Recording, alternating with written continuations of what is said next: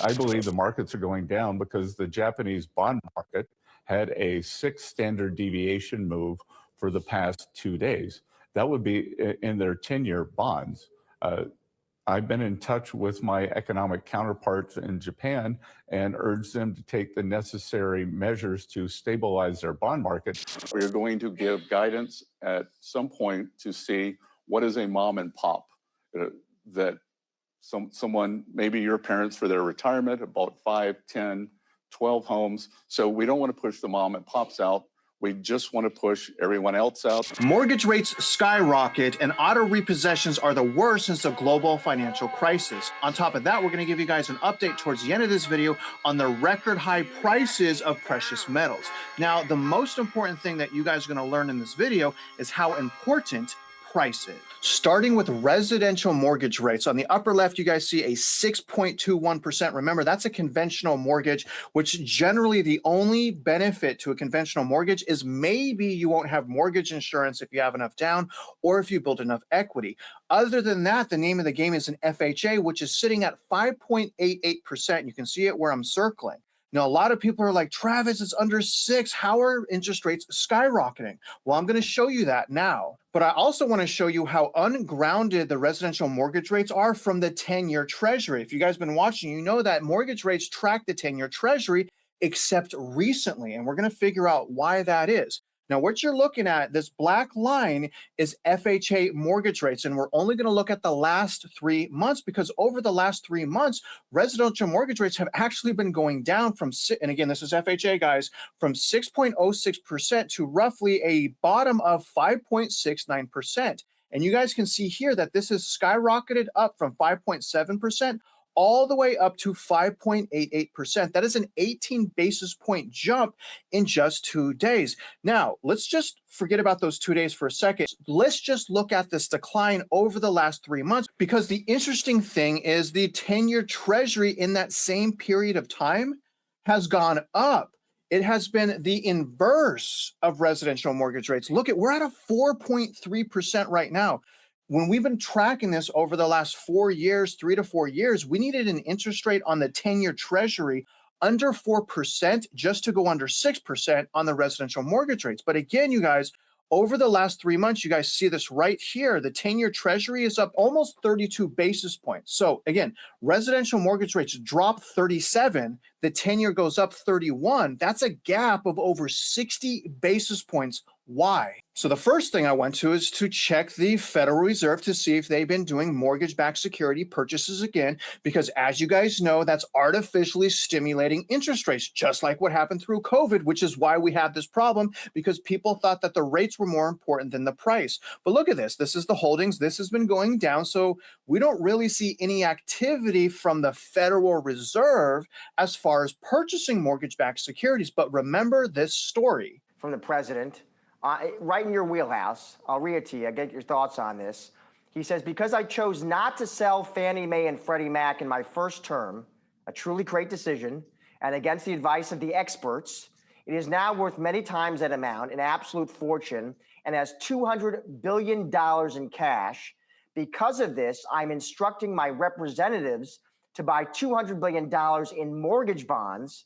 He says this will drive mortgage rates down, monthly payments down, and make the cost of owning a home more affordable. It is one of my many steps in restoring affordability, something the Biden administration absolutely destroyed. I'm reading this, your reaction in real time, Lance. What do you make of that post? That's right. They threw $200 billion at Fannie Mae and Freddie Mac to purchase mortgage-backed securities instead of the Federal Reserve.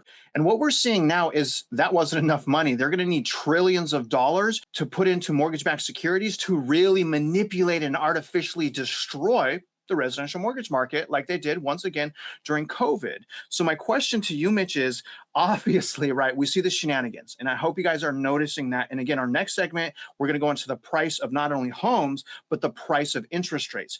But Mitch, can you just articulate how residential mortgage rates will automatically, naturally go up? And that's fine as long as prices go down, but they're automatically going to naturally go up unless temporarily there's some type of an injection that it greatly exceeds 200 billion. That 200 billion maybe lasted for a few months and dropped interest rates maybe 50 basis points. Again, the next segment, I'll show the amortization schedules and how the price is more important than the payment. But can you just break down how interest rates are going to go up? Residential mortgage rates are going to go up unless they do something horrible. Mortgage rates don't have any choice but to go up. And that is because the perceived risk in the marketplace is going up. Perceived risk up, interest rates up. And proof of that is exactly what happened in Japan today. Bonds down, interest rates up on the 30-year, a massive jump of 8.61%. Same thing could happen here. This is a direct result of the interference of governments doing things that they shouldn't be doing, i.e. printing money not backed by assets. With that said, President Trump is doing what he can to improve top-line revenue, and that helps take some of the fear out of the market. What they're doing needs to be done. However, it isn't going to work in its totality unless all real estate tax is repealed in favor of the uniform state sales tax, because the way you drive these interest rates down is to protect 42 million households from going bankrupt or losing the roof over their head, which is the equivalent of 37.8% of the household population. You must protect those households. That is the US economy.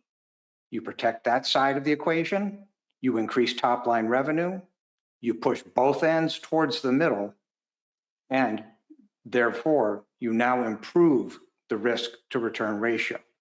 You improve the risk return ratio, you can drive the interest rates down. Don't push both ends towards the middle, you're leaving half the equation out, interest rates will continue to go up. That's the reality. Part of the process of protecting mom and pop, Mitch, is education, right? And showing them how this works. So I'm going to pull up 3 different examples of amortization schedules and how price and payment vary so significantly. And by the end of this segment, if you don't already understand, you're going to understand how important price is over payment. Now I pulled up this fancy thing called an amortization schedule. I want you guys to use this before making any decisions to buy an overvalued house. The amortization schedule is going to tell you the real cost of purchasing. And right now, you guys, overall, it is so toxic. It is so dangerous to go out purchasing houses. So if you're not doing this, odds are you're not going to make it through the next stage of the housing market very well. But let me show you what I did. Now, first of all, I want you guys to notice that I'm going to use the same property taxes at 2%. And by the way, mine's 3.52%, but I'm going to use 2%. And I'm going to use a $3,400 a year insurance. And if you don't think it's $3,500 a year in insurance, start shopping and see what's going on in Texas. Now, for PMI or MIP, I'm going to use 0.55%. Now, the way I'm going to do this is taking a loan amount or a house purchase price of $365,000, down payment only 5%. We're going to do a 30-year loan, and we're going to do the top end of the interest rates over the last 3 months, which is 6.06%. Now, a few things I want to point out at 6.06%, okay, on a $365,000 house, your payment per month is a whopping $3,151. But when we look at the entire length of that loan, 30 years, your true cost is almost 1.1 million. So it's $1,095,000. So when we switch this now to the 5.69% interest rate that you guys see right here, look at the payment only drops about $82. That's it, to $3,069. And the total cost barely moved at all. It dropped about $30,000. You're still paying well over $1 million with a drop to 5.69%. But look at this, guys. When we drop the price to $300,000 and I take a higher interest rate at 6.25, so again, lower price, higher interest rate, higher than we even did in the first example. Look at how much your mortgage payment drops.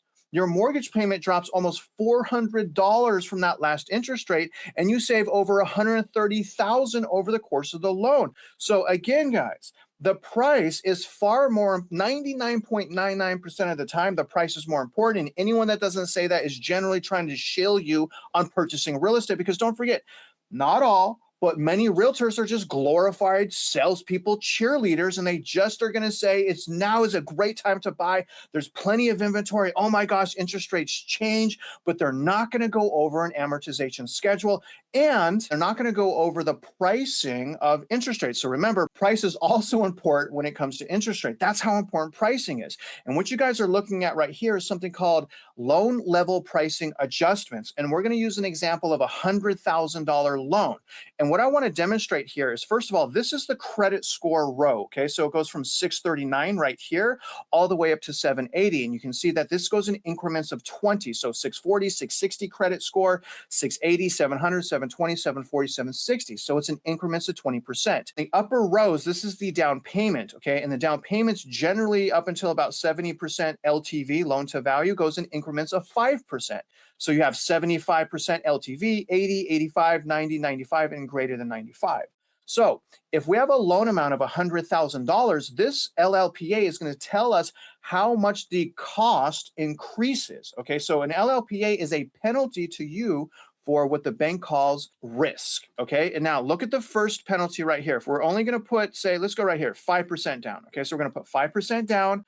If we have a credit score less than 639, the cost is 2.25%. So if we have a $100,000 loan amount, that means that your closing costs just went up $2,250. But if I have really good credit and my credit score is over 780 or 780 and above, my cost goes from $2,250 to $250. Now that's just on a $100,000 loan. If it's a $500,000 loan, it's times 5.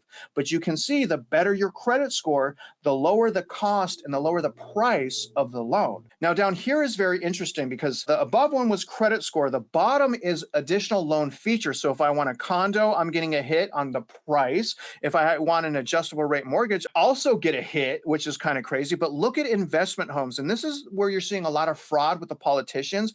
Look at the cost on investment property when we go to a 5% down payment. Look at this, guys, 4.125% cost. So if the loan amount is $100,000, that's a cost of $4,125. The reason I'm telling you this is because price is important on almost everything involved in real estate. Interest rate, which has to do with your payment, by the way, and the actual price of the house. Mitch, sir, can you articulate why it is so much more important overall? Okay, we know there's these like off shots of certain stuff because of cap rates and things like that and cash flow, and I get all that type of stuff. But overall, 99.9% of the time, I need you to explain to the viewers, Mitch, why the actual price is more important than payment. Price is what you pay and value is what you receive. If you pay attention to that statement, ask yourself this question.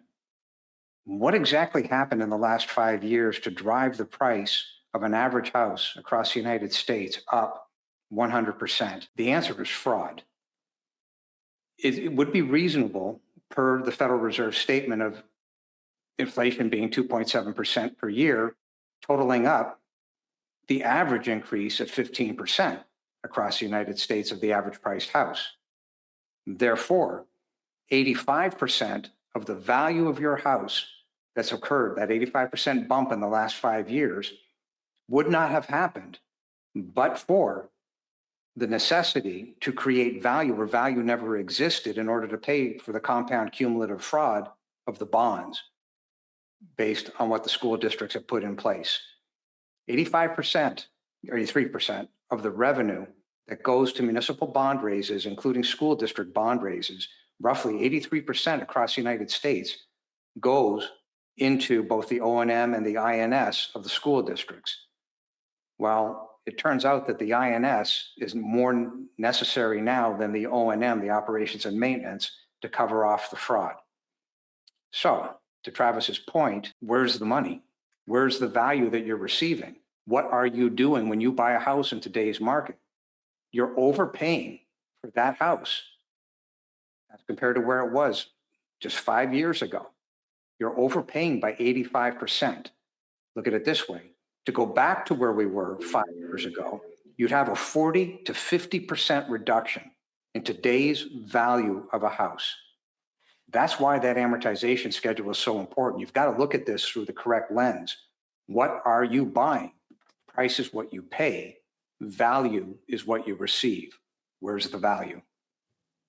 You know what, Mitch? Also, what's really important is that the Federal Reserve stops their shenanigans and stops manipulating the housing market, because without mortgage-backed security purchasing, we would never have had the 2 and 3% interest rates. And again, these lower interest rates wrecked the entire housing market. And look, guys, over the last 4 or 5 years, there's not been that many sales of houses yet. Each and every one of us that owns a house absolutely got bamboozled. So if you're out there, take my course. Understand we're saying if you're gonna buy right now, you got to use the math, and even then it doesn't even work. But I know some people, oh, no matter what, I got to buy a house. Fine.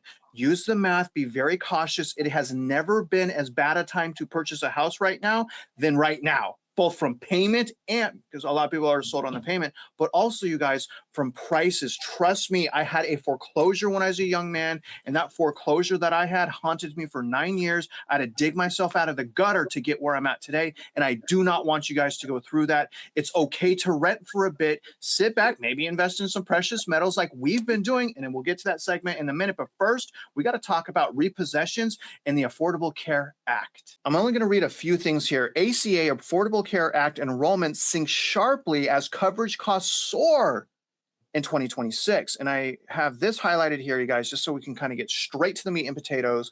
Over 20 million of our friends, of our colleagues, of our members of our community, or Americans, this is saying, received the ACA subsidies last year. Health Policy Group, KFF, estimates that they could see their premiums swell by an average of 114%. Imagine if they're on a fixed income or they don't have that much money. That 114% is going to cripple them. So that's from around $888 last year to a whopping $1,904 this year, unless the tax credits are extended. That's not good. That hurts a lot of our friends, a lot of Americans. Now we're going to flip to auto repossessions. And at the end here, this is all going to make sense. Listen to what's going on with the repossession stats. People are choosing their medical insurance over their car note. This is a drastic increase. An estimated 3.2 million cars were repossessed between 2023 and 2024, the most recent data available. Shannon Martin, an insurance expert with Bankrate, says part of the reason for the spike in repossessions has to do with how expensive new vehicles and even used vehicles have become. The average payment for a new car is $700 a month, and the average for a used car is $500 a month. But then you put on top of that the cost to maintain that vehicle. We call that the hidden cost of car ownership. That's another over $500 a month. So Americans are really spending a lot of money, not just to buy a car, but to maintain their vehicles and keep their cars. If you're dealing with a car repossession, Martin says don't panic and don't let embarrassment overwhelm you and stop you from taking action. This is when you need to spring into action. First, take care of all the most important things. Can you set up ways for you to get to and from work for the next week? Do your kids have a way to get to and from school? Take care of those things first. And then you want to see what can you do to move forward. You'll need to get in touch with your agent. That's probably the second most important step. Martin says also handle your license plate and taxes. It's often an overlooked step. Check your state's requirements for surrendering a license plate. Failure to do so may cost you more money in fines and maybe even a license suspension. If you have to pay a property tax on the vehicle, make sure you notify your locality so you don't get hit with a full tax bill later in the year. And then you want to rebuild your credit, which can take a hit. Now, one thing we should have learned over the past 3 months is we got to be careful what videos that we're listening to because there's so much propaganda. So I went to LendingTree, and sure enough, for new vehicles, the payment is about $758, $532 for a used vehicle, $596 for a leased vehicle. But look at the prices, you guys. So the average price for a new vehicle is $42,000, and the average price for a used vehicle is $27,000. And let's not forget this, guys. Late car payments are at a 15-year high. How we got here and what you can do if you're feeling the pinch. I'm just going to read this first paragraph. Federal Reserve economists reported in November of last year that the auto loan delinquency rate, which tracks balances that are 30 days past due, reached 3.88%. When we look at just subprime, it's like triple that. It's like absolutely skyrocketing when we look at subprime in the third quarter. That's up from 3.83% in the second quarter of 2025. That is about 1.5 times higher than it was in mid-2021 during the pandemic, and the highest level since the Great or Global Recession in 2008. Which brings us to this form. This is something that Mitch made here, and he's going to be able to articulate and quantify exactly what's happening and why the massive skyrocketing trend of auto repossessions. Mitch, sir, take it away. I want to go through just a handful of items to help add some clarity to this problem. Rent up, inflation up, ACA up. Zero coincidence. They're all connected. For those people who are losing cars due to repossessions, look at it this way. That's their life link to society. They have to take children to school. They have to go to the grocery store to buy food. They have to go and get medicine, just like everybody else. They lose those cars due to repossession. It's literally the same as losing their legs. They've got no ability to communicate with society. It's a huge problem. This affects roughly 11 million children that don't have any coverage today. They break an arm, and those people don't have a car. Those people don't have the money to pay for the hospital bill, even though the hospitals by law are required to treat those people. Bottom line is, it's extraordinarily difficult. 37.8% of the household population is a total of 42 million households. Under the Affordable Care Act, the deficiency, the deficit, is roughly 22.4 million consumers that are currently enrolled, out of which roughly 11 million are children not enrolled. Then you have a median household income that isn't existing, and I'll get to that chart in a second. And then you have food shelters, which is very important. Their shelves are now running bare as a direct result of all of this. Now, with regard to that chart, what this is showing is starting out with the median household income, and it goes through the expenses. But I want everybody to pay attention to the line item that's highlighted. It says average home property tax, including multifamily. Multifamily tenants pay the real estate tax. That's part of their rent. Well, it doesn't matter whether you're in a house or a multifamily unit. The average is $7,000 per year. Transportation for a car, including the car, the fuel, and the insurance, is $12,258. This is average across the United States. Well, isn't it interesting that the net is negative $9,000? The average house, family of four, is upside down by $9,000. So when you drop down further, what you end up with, the household purchasing power is short $10,000. The family of four is short $20,000. Okay, here's the big issue. Real estate tax, this is further down, as a percentage of the median household income on average is 8.68%. Want to know what's so interesting? The ACA cost as a percent of gross income is also 8.68%. Get rid of the real estate tax. Isn't it interesting? There's enough money to pay for the healthcare cost. It's the real estate tax. It's the real estate tax. This is why we've been pounding the table. That's the problem. You want to get rid of hunger? Hammer on the real estate tax, destroy it. It gets rid of the fraud. Transportation, the cars that are being repossessed, that people have to let go, how much does that affect them? Well, no car. Isn't it interesting that the cost of having a car is 15.21% of the median household income on average? Do you see the problem? The median household income doesn't exist to sustain the fraud of the ACA. Therein lies the overall problem. Median household income across the United States doesn't exist today to pay for the compound cumulative interest on the fraud of the bonds. This is today, never mind tomorrow, never mind a year from now, when the compound cumulative cost of that fraud has gone up based on the rule of 72. These costs aren't going down. The only way to make these costs go down, literally, is for these school districts to file bankruptcy and tell the bondholders, hit the road. You invested in bonds. You did nothing to ensure on the due diligence side that you weren't investing in a fraud. Bottom line is, as I've said at the very beginning of this video, the federal government is going to have to get involved here. whether anybody likes it or not. The math is the math. This is not sustainable. The idea of the tariffs is a necessity.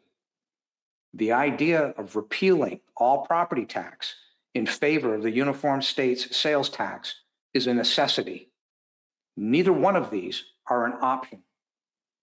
They're working on the tariffs very quickly. You better be working on repealing the real estate tax. We're out of time. And if you guys want some more detail on exactly what Mitch is talking about and exactly what we do when we stop the recording, we advocate for mom and pop. Go to Mockingbird Properties, hit the DCAD right here, and you got all the math. You literally have all the math, all the articles, and the lawsuit that's with the Texas Supreme Court. On the upper left is the letters and discussions. Right here is signing the petition to abolish property taxes. Again, the property taxes are killing communities and societies. Now, when you're done with that, go to realeestatemindset.org. I have plenty of courses here. It's all for free. I even have the one on how to buy houses. It's right here. Look at that, guys. You could take an entire course, no charge to you. You can learn how to buy a house. You can, more importantly, though, learn how to do a market analysis by using this form right here called a subdivision analysis form. I teach you everything. It doesn't cost you money. The only thing that I ask in return is you do the math before spending hundreds of thousands of dollars on an overpriced house. Now, having said that, oh my goodness, silver closed today up 6.69%. And today we did hit a new record high of $95.78, but it's not just silver. Look at gold, new all-time record with gold sitting at a whopping, this is insane, absolutely insane, $4,769. And I almost forgot about our cousin, Mr. Platinum. Also, I mean, shocking. I don't know if we've had a day this big for platinum. I think maybe one or two like recently. But platinum shot up 6.77%, closing at $2,480. Meanwhile, the entire market imploded. Dow down 870 points, S&P 143, the NASDAQ down 561. Meanwhile, take a look at this, guys. The VIX right here explodes today, up 26%. When all is said and done, what we're really trying to say is just do the math to do your purchasing. Don't get stuck in the system. Understand what's really going on. There's a lot of cheerleaders and shills out there. What we're doing right now is we're offering you guys math and quantifiable information to protect you in this world full of debt and debauchery. And having said that, if you guys are out there just trying to figure out what's going on, investing in the housing market, silver, metal, whatever it is, you guys already know we wish you luck. And we hope you win.